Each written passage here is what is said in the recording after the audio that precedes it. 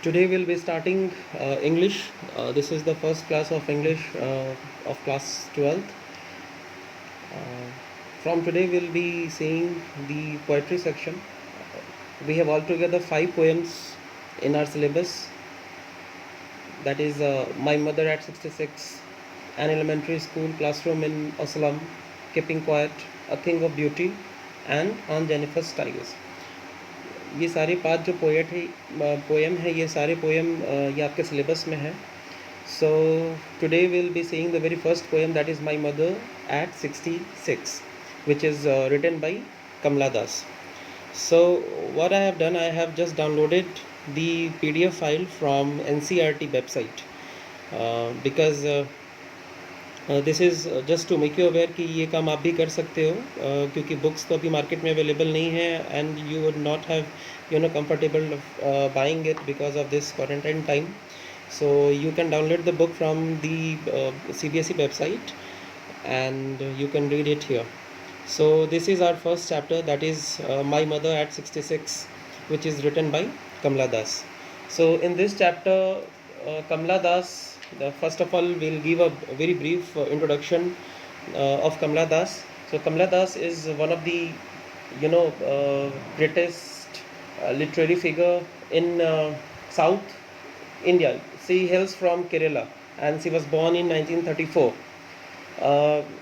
ज़्यादातर जो इनके काम जो होती हैं ये लोनली हार्ट्स, जो इनका जो थीम होता है वो लोनली हार्ट्स पे रहता है. ये ज़्यादातर इनका जो पोएम होता है वो डिस्क्राइब करता है कि कैसे कोई अकेला इंसान फील करता है,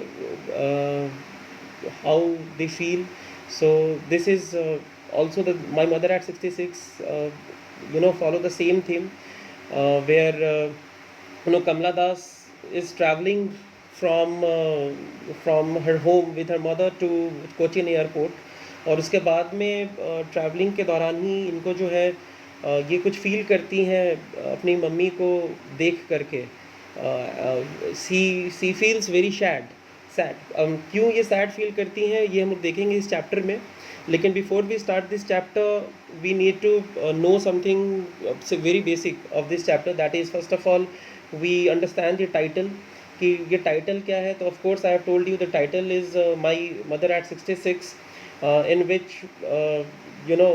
the poet is traveling in the car and she looks at her mother who is seated beside her, and then she notices her ashen and pale face. इसको देखने के बाद उनको थोड़ा सा ख़राब भी लगता है बिकॉज उनको पता चलता है first time that her mother is growing old. So जैसे ही उनको ये पता चलता है कि मम्मी को देखने के बाद में कि हर mother is growing old, she became sad. So this is the title. Now what is the theme of this poem? The basic theme of this poem is the fear of loss and the fear of separation. कि poet को डर लग जाता है अचानक से कि इसको पता चलता है कमला दास को कि अब एक दिन अब ये ज़्यादा दूर नहीं है जब she will be her mother will be no more with her. So the basic theme of this poem is fear of loss and separation. Mood, किस मूड में ये पोएम को लिखा गया है? तो ये जो मूड है ये बहुत ही सैड मूड में लिखा गया है. ये पूरा पोएम बहुत ही सैड और एंग्सियस मूड में लिखा गया है क्योंकि यही पोएम का थीम भी है.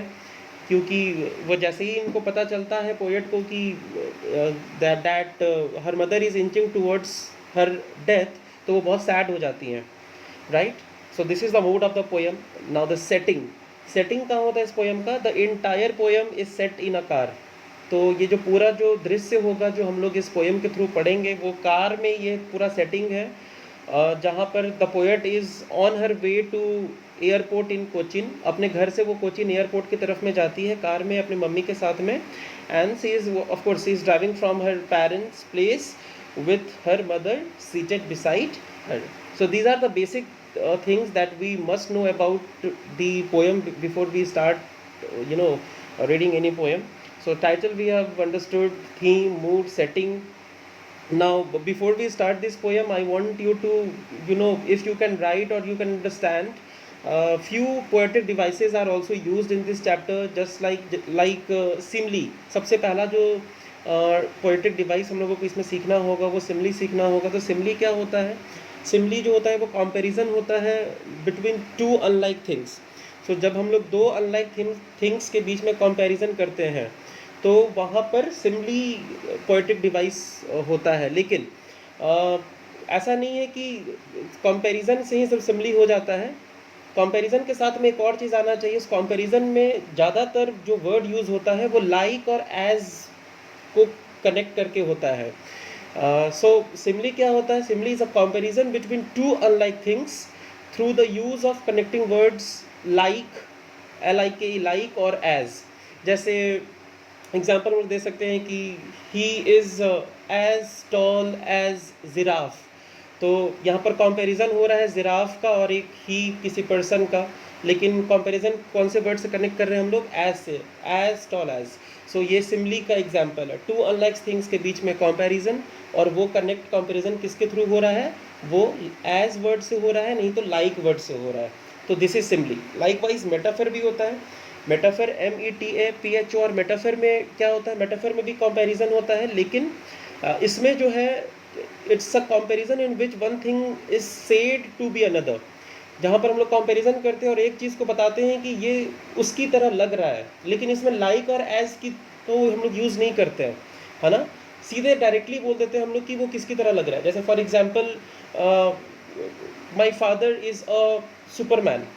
तो सीधे डायरेक्टली बोल दिए कि मेरे पापा जो हैं वो सुपरमैन है. लाइक सुपरमैन इन रियल तो पॉसिबल नहीं है, लेकिन कंपैरिजन कर रहे हैं सुपरमैन की तरह और डायरेक्टली बोल रहे हैं कि my father is a Superman. So unlike things को कंपेयर कर रहे हैं और डायरेक्टली बोल रहे हैं, और इसमें लाइक और एज के थ्रू नहीं बोल रहे हैं. Directly my father is a Superman, right.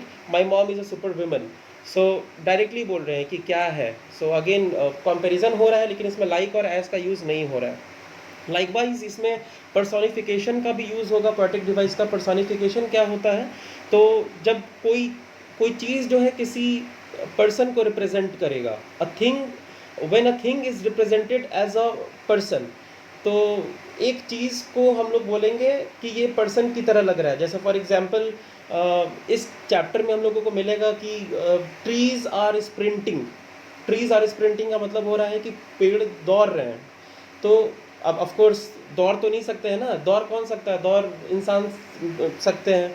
सो एक थिंग को कंपेयर कर रहे हैं ह्यूमन के क्वालिटी से. सो दिस इज पर्सोनिफिकेशन. पर्सन से कंपेयर करते हैं एक थिंग को. This is personification. And the last that would be used in this chapter, poetic device, is tautology.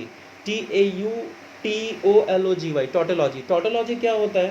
जब हम लोग एक ही चीज़ को समझाने के लिए अलग अलग रिपीटेटिव वर्ड्स को यूज़ करते हैं, मतलब 2, 3, 4 वर्ड्स को यूज़ कर रहे हैं, लेकिन सबका मीनिंग लगभग एक ही होता है, उसको हम लोग टॉटोलॉजी बोलते हैं. So what is tautology? Tautology is a repetitive use of words और phrases which have similar meanings. Similar meaning होना चाहिए और रिपीटेटिव यूज कर रहे हो. जैसे for example shout it out loud. Shout का मतलब ही होता है जब साउट करते हैं तो लाउड ही होता है, और हम बोल रहे हैं साउट लाउड. तो साउट का मतलब भी लाउड, और लाउड तो खुद ही लाउड है. So this is the example of tautology. Likewise, again, I will give you very common tautology that we use almost daily in our life. That is ATM machine. Now, the full form of, हम बोलते हैं ना कि ATM machine काम नहीं कर रहा है, ATM मशीन से पैसा निकाल के ले आओ. Now, the ATM machine, the full form of ATM machine is automated teller machine, I guess. Automated teller machine. So, ATM में जो M है वो खुद मशीन है, और फिर इसके बाद हम लोग फिर मशीन लगाते हैं. सो ATM machine, automated teller machine, machine. So again दो बार आया, दोनों का मीनिंग एक ही है. So this is the perfect example of tautology. So इस तरीके से ये कुछ पोएटिक डिवाइस जो है वो यूज़ होगा इस चैप्टर में. Now will start the poem. The poem is saying, driving from my parents home to Cochin last Friday morning, I saw my mother beside me, doors open mouthed, her face ashen like that of a corpse, and realized with pain that she thought away and looked, but soon put that thought away and looked out at young trees sprinting, the merry children spilling out of their homes. But after the airport's security check, standing a few yards away, I looked again at her, wan pale as a late winter's moon, and felt that old similar ache, my mother's fear. But all I said was, "See you soon, Amma." All I did was smile and smile and smile. Now, आपको थोड़ा सा इसमें एक चीज़ आपको आप देखे होगे, थोड़ा आप नोटिस किए होगे कि ये पूरे पोएम में कहीं भी फुल स्टॉप का यूज़ नहीं हुआ है. So what is saying driving from my parents home to Cochin last Friday. So Friday morning. So जो पोएट जो है वो कहाँ जा रही है अपनी मम्मी के साथ में. She is going to Cochin airport from her parents house. I saw my mother beside me. और जो वो कार में जब जाते हैं तो वो देखते हैं, वो पोएट देखती है कि उसके बगल में, पोएट के बगल में उसकी मम्मी बैठी रहती है. और उसकी mummy, because she is already 66, जो कि आपके चैप्टर का नाम भी है, my mother at 66 is the year, जो कि 66 ईयर्स की हो गई रहती हैं. वो बैठी रहती हैं. कैसे बैठी रहती हैं? Dose open mouth. So dose open mouth is again वो बहुत ही लाइक स्लीपिंग, थोड़ा सा अनकॉन्शियस टाइप का मुंह खोल करके वहाँ पर बैठी हुई हैं. हर फेस एशन लाइक डैट, और उनका जो फेस है बिल्कुल लाइफलेस लग रहा है. एशन हम लोग बेसिकली राख को बोलते हैं. तो यहाँ पर राख तो एग्जैक्टली तो नहीं है, राख तो नहीं हो सकता है. तो राख का मतलब यहाँ पर क्या? तो राख का मतलब what is the colour of the राख? ऐश इज़ ग्रे. सो जब भी आप पेल पड़ जाते हो, आपका जो साइन जो है आपका स्किन का, जो वो ब्राइटनेस चला जाता है और आप ग्रेइश दिखते हो, पेल दिखते हो. तो दैट इज़ व्हाट सेइंग कि उसकी मम्मी जो है वो बहुत कमज़ोर नज़र आती हैं, वो इतनी थकी हुई नज़र आती हैं, because she is 66 years old. वो बहुत बूढ़ी हो चुकी होती हैं और उनका जो फेस है वो बिल्कुल चाम खो दिया रहता है. वो एकदम बिल्कुल, her face ashen like that of a corpse. एकदम उनका फेस जो है निर्जीव, लाइफलेस नज़र आता है, लाइक अ कॉप्स. तो what is corpse? Corpse is a dead body, है ना. And realised with pain that she thought away and looked, but soon put that thought away.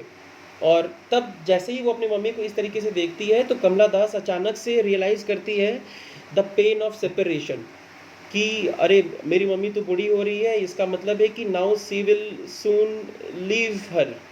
जल्दी ही वो कमला दास को जो है वो छोड़ देगी, because she is very old now.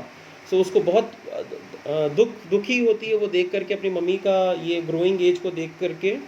लेकिन इस थॉट को वो कमला दास जो है तुरंत दूर करती है. कैसे दूर करती है देखते हैं. And looked but soon put that thought away and looked out at young trees sprinting, the merry children spelling. और ये अपने थॉट को दूर कैसे करती है? तो मम्मी को, जो माँ को अपनी देखती है, जो अपने माँ की तरफ से फेस हटा लेती है और दूसरे खिड़की के दूसरी तरफ देखती है. तो खिड़की के दूसरे तरफ क्या उसको नज़र आता है? She looked out at young trees sprinting. तो खिड़की के बाहर में देख रही है कि जो पेड़ जो है बाहर में, जो ट्रीज जो है वो स्प्रिंट कर रहे हैं, दौड़ रहे हैं. सो ये आपको समझना है कि देखो पेड़ तो दौड़ नहीं सकता है. तो एक्चुअली हो क्या रहा है? Because she is driving in the car, तो पेड़ जो है उनको मूविंग नज़र आता है, मूव कर रहा है, वैसा नज़र आ रहा है. So what is the meaning of the word sprinting? Sprinting का मतलब होता है दौड़ना. So actually the tree is not running, actually the car is moving. तो जिसके कारण से ऐसा लग रहा है कि ट्री स्प्रिंट कर रहा है. And the merry children spilling out of her homes. और उनको क्या नज़र आता है जब बाहर देखती हैं? तो उनको ये भी नज़र आता है कि जो छोटे छोटे बच्चे हैं वो घर से बाहर निकल रहे हैं हैप्पी फेसेस ले करके खेलने के लिए. So this is how she is trying to move her thoughts that her mother will be no longer with her. वो कैसे मूव करती है अपने थॉट को? By looking outside of the window, by looking at the sprinting trees, by looking at the merry children spilling out of their homes. So इतना करने के बाद में I will give you few questions. You can right it down and try to attempt the questions. अगर कोई भी problem होगा please comment, I will try to provide the solution for the same. So the first question is, where was the poet? Where was she going? The first question is, where was the poet? Question mark. Where was she going? Second, who was with her? Second question, who was with her? Third question, what did she notice about her mother? Third question, what did she notice about her mother? Fourth question, describe the poet's mood. Describe the poet's mood. Full stop. Why? Fifth question, name the poetic device. Name the poetic device. Colon, inverted comma में लिखिए, her face ashen like that of a corpse. Her face ashen like that of a corpse. Inverted comma बंद. So आपको जो है इतना questions करना है. आपको लास्ट क्वेश्चन में पोएटिक डिवाइस बताना है. इस वाले लाइन में कौन सा पोएटिक डिवाइस यूज़ हुआ है? Her face ashen like that of a corpse में कौन सा पोएटिक डिवाइस हुआ है? तो आपको ऑलरेडी हम समझाए हुए हैं पोएटिक डिवाइस. आप उसका यूज़ करके कोशिश कीजिएगा इसका आंसर देने के लिए. Next question is, what was the painful realisation? What was the painful realisation? Next question, what thoughts she did put away? What thoughts she did put away? She का मतलब यहाँ पर कमला दास कौन से थॉट को दूर करना चाहती है अपने, और वो कैसे भी करती है, वो क्वेश्चन आएगा next. What thoughts she did put away? Next, how did she try to overcome this pain? How did she try to overcome this pain? वो इस पेन से, कौन सा पेन? पेन ऑफ सेपरेशन को दूर करने के लिए क्या करती है, कैसे वो उससे दूर होती है ना. Next question, what did she see outside? Kamala Das बाहर में क्या देखती है? What did she, SHECSEE, outside. Next question, what is the poetic device used? What is the poetic device used? Colon, inverted comma में लिखिए, trees sprinting, question mark. So trees sprinting में कौन सा पोएटिक डिवाइस यूज हुआ है? सो आपको बताना है. आपको हम ऑलरेडी बताया है पोएटिक डिवाइसेस, आपको पढ़ करके अच्छे समझ के बताना है. Right, now the next. So हम लोग अभी तो कहाँ तक किए थे?